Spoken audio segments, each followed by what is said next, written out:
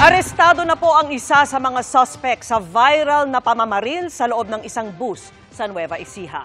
Ang itinuro niyang mastermind sa krimen, ang anak ng isa sa dalawang biktima. At nakatutok si Russell Simorio ng GMA Regional TV 1 North Central Luzon.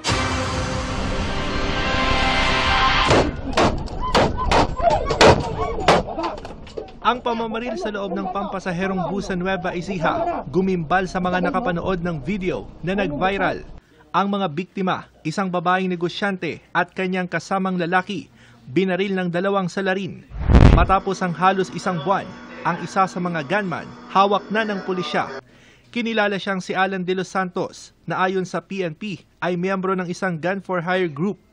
Naaresto siya sa Dilasag, Aurora at na-recover sa kanya ang damit na camouflage na suot niya sa pamamaril. Sa extrajudicial confession ni De Los Santos, itinuro niya ang mismong anak ng babaeng negosyante na nag-utos sa kanilang isagawa ang krimen kapalit ng tig 60,000 pesos. Base sa ating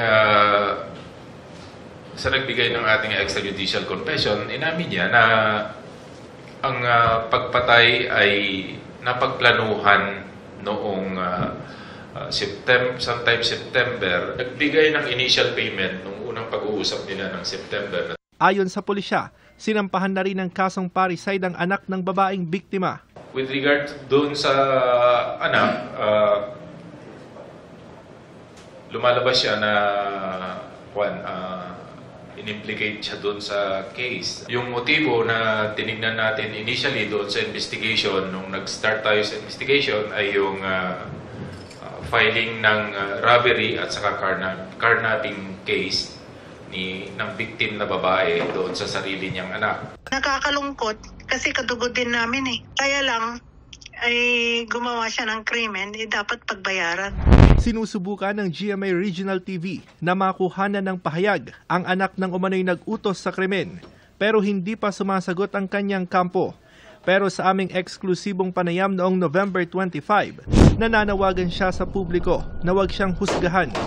Hiniling din niya noon ang mabilis na investigasyon sa kaso para sa ikadarakip sa mga pumatay sa kanyang ina.